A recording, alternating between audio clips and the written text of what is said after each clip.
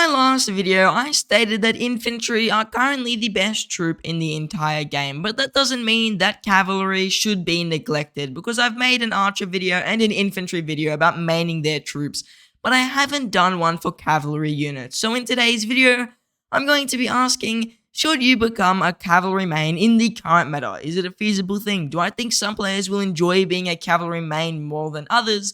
And do I think that Cavs really suit a different type of player, whether it's pay to win, medium spender, free to play? So if you want to know if you should become a cavalry main in Rise of Kingdoms, you want to stick around till the end of the video. Now let's start off today's video by beginning with the advantages of maining cavalry units, because there are quite a few, and the first advantage is just related to the troop itself. Cavs have the most march speed in the game by quite a large margin, so the cavalry units are very quick, and obviously that is an advantage on the open field, because the quicker you are, the quicker you can get away from combat. It's also important to note here they have extra base points in defense and health, which are the two best stats, so that is really good for Cavs. And that means they're literally just all-around strongest units in the game. Also, the thing that they're countered by infantry units are the slowest units in the game. So really, in that situation, Cavs are able to get out of almost anything that you throw at them because they are just that fast. So that's the first major advantage to becoming a Cav main. The other advantage of becoming a Cav main is that their Murderball is pretty good. I mean, for their current Murderball, it's covering a lot of things. For a free-to-play and a low spender, a 3-march cavalry main Murderball would probably look something like this.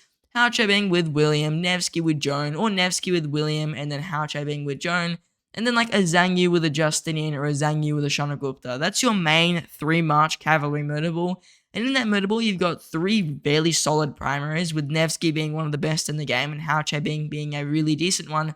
You've got the best secondary in the game, in my opinion, being Joan Prime with a double AoE. You've got William with an AoE and also some good debuffs and buffs for your Murderball. You've got Zhang Yu with another AoE and a lot of good things for your Murderball, including an AoE defense reduction, more skill damage, reduced rage requirement, and you've also got Chandragupta in the Murderball, who brings a ton of debuffs as well. So you've got a really heavy debuff Murderball with solid primary commanders. Obviously, Zhang Yu a little bit more glass cannon out of the 3 marches, but he can still hold his own. So you've got that 3-marcher Murderball right there that's really solid on the open field. It's very tanky, it covers a lot of debuffs, and it's just an all-round good Murderball, with a lot of the commanders also being able to be a lower investment. Like William, 5551, that's the maximum you'll pretty much ever go with him. Nevsky, you can do 5511, 5551, expertise, whatever you want.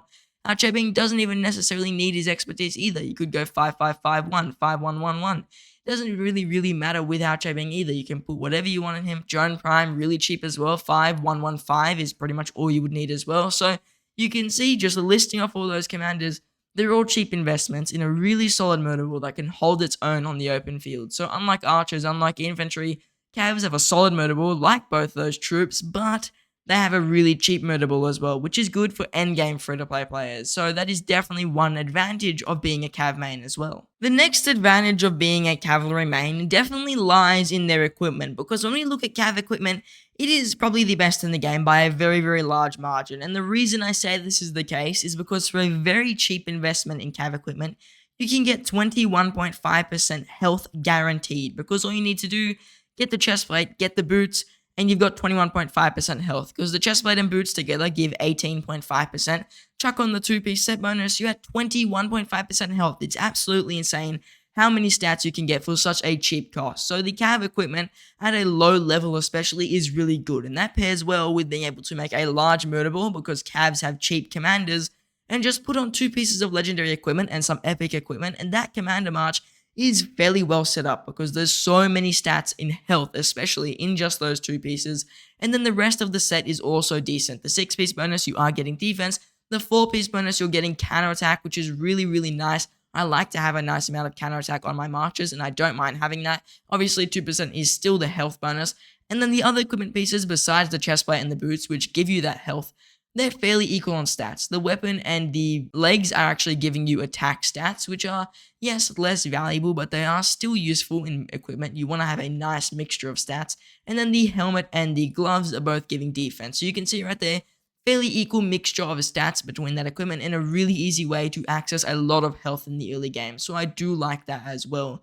The next thing, Cavs, I would also like to mention for the equipment is if you don't like the attack on that weapon and you're not going to go for a full set, you can just stick with the epic weapon and keep that defense bonus, which is certainly an option as well. Plus, also the early game cav equipment is really good because when we look at the green set of cav equipment, the Vanguard set, you can notice you get 9% stats on a green weapon and then 5% stats on the pants, and then total you get like 16% of stats, which is really good. So early game gear for Cavs is also decent, and you can get some windswept gear as well. So all around, Cav equipment throughout pretty much every stage of the game, besides maybe a little bit lacking on the epic stage, but they still have some good stuff there, is very, very good. Because yes, the epic stage of equipment is a bit higher going, but the rest of it, the early game and the late game, is all really good cav equipment. So Cavs are in a really good position with their equipment. The next advantage to cavalry units is that if you're a whale player especially, they can be extremely beneficial. And the first reason for this is the Attila Takeda March. A march that I've said is still fairly good in the current meta, but it's certainly more whale oriented. So if you want to be a whale and run cavalry units and more than 3 marches, they're very suitable for it because Attila Takeda is very good when you have a ton of extra stats, so your white numbers are way higher. So if you want to be able to be a cav main, there are definitely advantages to being a whale. Attila Takeda is just a first example of one of those advantages. Minamoto or Moneymoto is another example. In the early game, he's one of the best commanders. Carrying him on to the late game with a museum relic, he's also once again one of the best commanders in the game for Cavs. So if you're a whale with commanders just right off the bat, you are in a very, very solid position because Cavs with whale players can access a lot of extra commanders that obviously make them very enticing. So if you're a whale, you pretty much get an extra march and a free commander that can be a substitute to commanders like Joan Prime, a substitute to someone like Chandragupta or William, because Minamoto, very, very solid commander. Attila and Takeda, solid pair. So right off the bat, whales, they have an advantage right there. And the next advantage, a lot of the Cav commanders are actually available in the daily special offer. So if you want to purchase Zhang Yu, he's available there. If you want to get yourself William or Chandragupta, they're also available in the daily special offer, and Attila and Takeda are as well. So as a whale player, your commander access for Cavs is very, very good because at the moment, all those commanders are performing really well, and you can purchase them all with real money if you choose to do so. So that's certainly a whale advantage for Cavs. The next advantage in terms of whaling is actually the most recent Zenith skin was a Cav skin, and usually that wouldn't matter too much. Yeah, okay, the most recent one was a Cav skin, but it was the first ever 15% health skin we've seen in the game, and it's just absolutely insane to see that. So whales in that situation also have an advantage because this extra health is really, really good. So being able to access extra health on a march is great, and having 15% of it really does make a difference. So that city skin is once again a very, very solid thing to have, and only whales really in most situations would have access to that. So now that we've talked about the advantages of being a cavalry main, what are some of the disadvantages? And the first disadvantage, especially for free-to-play players, is the early game with Cavs can absolutely suck, because if you don't have access to Minamoto, you don't have access to many Cavs. Your real options in the early game are Cao Cao, Genghis Khan, and Saladin for legendary commanders, and out of those 3 commanders I just listed, all 3 of them don't really hold much endgame value, with Saladin being maybe only the slight exception, because he does hold some endgame value, but even in the current meta, he's not very good. So for most free-to-play low spenders, the early game with Cavs can absolutely suck if you don't have access to a Minamoto, because yes, you could just run an epic march until the end, like a buy bars with a Pelagius, and that's something I would personally do since I'm a much more patient player. But if you really want to get into the action of the game, and you don't want to sit around for like 3 whole KVKs, then Cavs are not very fun because, well, they just aren't, because you just can't do anything besides use epic commanders or make a bad investment like a Saladin or a Khan or a Cao Cao, who won't carry as much value into the endgame as some of the other commanders like Alexander the Great or Charles Martel or YSG, which infantry and archers do have access to. So that's why we don't really see too many Cavs in terms of free-to-play low spenders, because in the early game, you can't access them as well, so that means not many players choose to be a Cav main toward the end game, purely due to the fact that it is a really difficult early game investment. The next thing with Cavs is that they have one other disadvantage that is important to note, and it does come from their march speed, oddly enough, and this is the fact that whenever you put Cavs mixed in with other troops, I know a lot of players have complained about this, and I personally experience it whenever I play with Cav units, especially when I'm barb farming, is that they just go ahead of your other troops extremely quickly, because obviously Cavs are meant to be really fast commanders, just get in and out of combat super quickly. So what happens if you've got Cavs mixed with infantry and archers? Often they enter combat extremely quick, and once you engage in combat, usually your opponents are going to retaliate or run away the second they see they're being hit. And for that fact, you don't really get as many kills with Cavs if you aren't able to engage your whole Murderball, because if someone sees 2 Cav marchers hitting them and then 5 more coming for them, they're going to dip out of there as soon as possible, and your 5 other marchers don't get to connect, but your 2 Cavs do get those kills. And that's the real issue that I think Cavs have as a troop, is that they can get in and out of situations really well, but they don't really synergize as well with other marchers unless you're able to give these extra marchers more march speed at the cost of other attacking stats.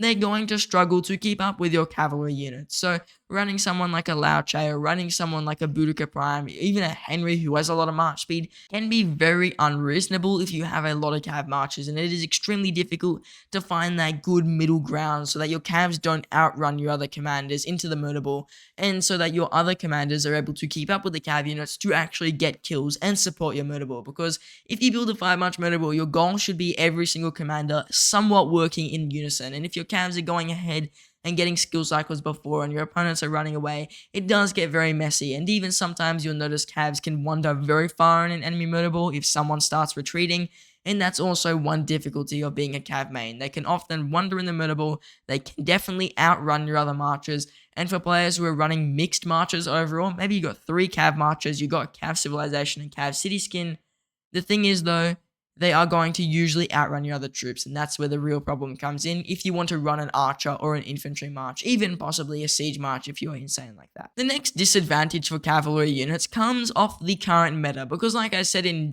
basically yesterday's video, was that Lao Che and the current infantry meta is just insane. It's really, really good right now, and we've been noting Cavs are going to struggle a little bit against current infantry Murderballs, because before, if I made this video maybe 2-3 months ago, I would have said cav main, heck yeah, you're unchecked, no one's even able to stop you pretty much. You've got 3 very, very overpowered marchers, because infantry at the time were fairly bad, but the way Lilith integrated Lao Che and Gorgo into the game, they made it so that you can pretty much add a whole extra infantry march. You don't have to fiddle around with where Sargon, where Tarek, where Scipio and Guan go as much. They can kind of be carried by that Lao Che Gorgo combo. Even Lao Che with Scipio is a very often used combo now, and for free-to-play players, it's the main used combo in my opinion. So we're going to notice infantry are making a comeback, and what do infantry counter? Well, they counter cavs. So cavs are definitely going to struggle a little bit more in this current meta than they did in the previous meta, where they were the dominant force. So for now, cavs are not in the 100% meta position. They're still really good, but compared to the infantry units, they definitely can be a little bit more difficult in this meta, because what they're supposed to be countering, the archer units aren't even as dominant, because infantry are so dominant. Archers are in need of a new commander right now. Not many people are running more than 2 archer marchers. It's very, you'll be pressed to see someone that's running 2 archer marchers. So cavs have a lot of marchers that they're being countered by on the open field, and then not so many marchers that they're countering. So really, it's just a cav versus cav and cav versus infantry game in most of the basically fights you'll engage in, which is definitely a disadvantage, because you'll notice an infantry versus a cav march almost always wins if it's got the same equipment, same stats, and in those situations, it can be difficult to get full value from your cav Murderball. But if you notice, like an archer march, if they only have 1 archer march, you're probably going to hit maybe 4, 5 other troop types, and then just that 1 archer march. So cavs, current meta, definitely not synergizing as well. The final large disadvantage with cavalry, in my opinion, is that out of all the civilizations in the game, they probably have access to the worst ones. You've got Byzantium, you've got Arabia, you've got Spain, and that's pretty much all you got for cavs. You also got Germany, which is an advantage, I guess, but for the most part, Germany is an out of KVK civilization, and we're talking more about fighting here. And in terms of fighting, your best civilization, in my opinion, currently is pretty much just Byzantium, and the only reason you do that is for the health and the hospital capacity, because every other civilization, when we look at them for cavalry units, they're all average. They don't hold too much fighting power. Like at least infantry, they've got hospital healing speed and overall troop health. With archers, they've just got absolutely insane amounts of stats. Cavs just have a 5% health bonus, which is stock standard with most civilizations, and then some hospital capacity. So when you look at the cavalry civilization, in terms of fighting and combat potential, it's definitely one of the worst in the game for that. So cavs, in terms of civilization, do have just a straight up disadvantage in every situation right there. And if you want to get those cav special units, it can be difficult to fully get value from them if they are inside of one of these weaker civilizations. Now, don't get me wrong, having the unit is better than not having the unit. So if you're a cav main, choose Byzantium. It's going to do better for you than the Ottoman Empire unless you're running other marchers. But keep in mind that it's definitely not one of the most powerful civilizations. And out of the top 3 civilizations for the other troops, it's by far and away the weakest. So Cavs definitely are at a disadvantage in that regard. So now that we've finished discussing the advantages and disadvantages of being a cavalry main, who do I think overall, after everything I've really looked at, should become a cav main currently? And the really simple, fast, outright answer is it suits Wales a lot, especially from the early game to the late game, because when you're maining a troop type, you're looking to go pretty much all in on it, maybe 3 to 5 marches of that troop type. And really simply, what I can say is the third march for Cavs is usable for free-to-play players, but it's not overpowered. And then when you get into the fourth march and fifth march, you need to have a Minamoto. You're probably going to have an Attila Takeda in there. You're going to get some of those rally commanders in there. Cavalry, when you go to the fourth and fifth march, definitely start to become a lot more whale oriented, and that's something that we should keep in mind when you're looking at being a cav main, because if you're only going to run 2 marches for that troop type of cavalry units and you're not going to go all in expertise to the commanders, which they don't necessarily need,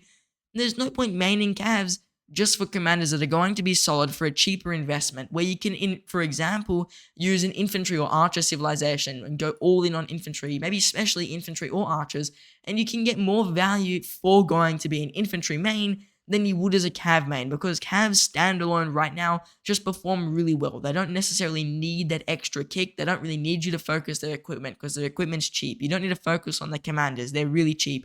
You don't need to fully go in on their civilization. It's fairly cheap. The only time they get advantages is when a whale kicks in fully and starts to go hardcore into them. So we'll notice that when we look at cavs, they're very well oriented for that reason. And the only things they really have as advantages for free-to-play players are things that make you think, I don't really need to main that troop type. They've got cheap equipment, cheap skills, don't really want their civilization. You'll get more value from the Ottoman or French. And in the early game, they're just not a very good investment, because you can't really choose to invest in cavs unless you're a medium spender or low spender that buys Minamoto. So in the early game and even up into the late game, cavs don't need heavy investment. And for that reason, being a cav main is not necessarily needed. You can just run them in with your other marchers and they would be fine. They don't need those extra stats. They don't need you to focus their equipment, because they are just really good in the position they're currently in, and the other troops, the infantry and the archers, will get more value from you focusing on them, unless you're a whale. When you're a whale, you can really take cavs to the next level by getting their rally commanders, getting their garrison commanders, being able to expertise Nevsky, expertise Hauche being William, Joan. All those things are good. They're not needed though. So unless you're a whale, I don't think you should become a hardcore cav main. It's still an option, but I don't think they need it as much as being an infantry or an archer main, where they will benefit more from giving them more attention. Whereas cavs need less attention, and they just benefit greatly from the extra things they have, like being the best troop and having the best equipment. So now that we've made it to the end of today's video, I just want to ask everyone to do one small favor for me, and it only takes 2 seconds of your time. Scroll down and push that like button. I appreciate it very much. Everybody who pushes like helps support the channel, helps push my videos out there, helps me get my opinions and my knowledge out there. So if you want to be able to support me as a content creator, all you have to do, literally free, is push that like button, and it is very much appreciated. Now, I just want to thank you all for liking and all for watching the video, and I hope to see you in the next one.